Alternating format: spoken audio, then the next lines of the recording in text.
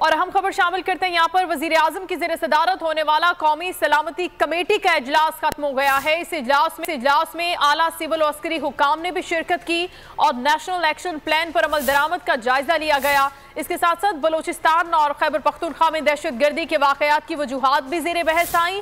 कलअदम TTP से मुज़ाकरात समेत माजी के मुआहिदों पर अमल दरामद पर भी बातचीत की गई। ये अहम है वजीर आजम की ज़ेर सदारत कौमी सलामती कमेटी का जो अब खत्म हो गया है। फहद चौधरी बोल न्यूज़ के नुमाइंदे हमारे साथ हैं, उनसे मजीद जानेंगे। जी फहद, आगाह कीजिएगा।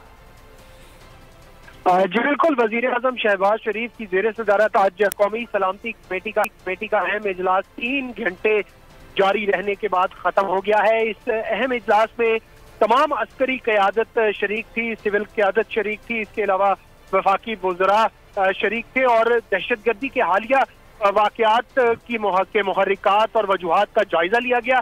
ज़राए के मुताबिक इस इजलास में इत्तफाक किया गया कि दहशत गर्दों के खिलाफ जो है वो हतमी कामयाबी तक कार्रवाइयाँ जारी रहेंगी और इस अज़म का इजहार किया गया कि दहशत गर्दों की कम करने के लिए जो भी इक़दाम उठाने पड़े उठाए जाएंगे। खैबर पख्तूनख्वा, बलोचिस्तान और इस्लामाबाद में जो हाल ही में दहशत गर्दी के बाद का भी जायजा लिया गया और दहशत गर्दों के मुस्लिमीन, मददगार और सहूलत के खिलाफ भी घेरा तंग करने का फैसला किया गया है। के मुताबिक इस इजलास में DGSI समेत अस्करी क़यादत ने मुल्क की अमन व अमान और सलामती की सूरत हाल की है।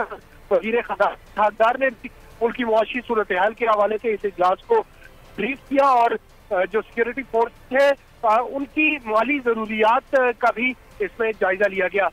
ज़राए का ये कहना है कि इस इजलास से किए गए फैसलों के हवाले से बाज़ाब्ता तौर पर एलानिया भी आगाह किया जाएगा। जी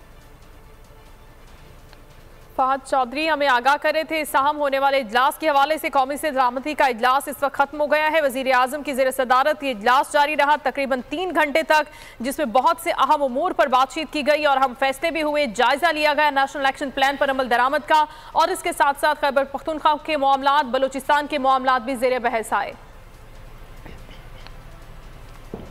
बुलेटिन में खबरों का सिलसिला जारी है। यहाँ वक्त हुआ है ब्रेक का और ब्रेक के बाद देखिए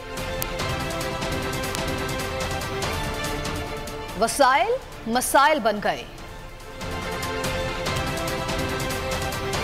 देखिए बोल अवाम के साथ कुछ देर बाद। बोल न्यूज़ हेडक्वार्टर।